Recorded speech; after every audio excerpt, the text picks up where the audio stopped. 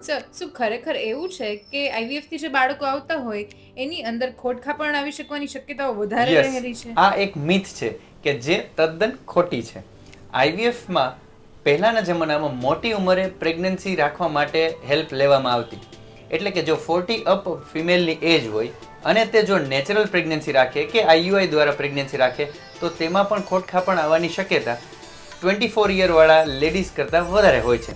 કારણ કે એજ વધવાથી સ્ત્રીબીજની ક્વોલિટી પુઅર થાય છે અને એમાં ખોડખાપણ આવવાની શક્યતા વધારે રહેલી હોય છે. આઈવીએફની પ્રોસિજરના હિસાબે ખોડખાપણ આવે છે એવું જરા પણ હોતું નથી.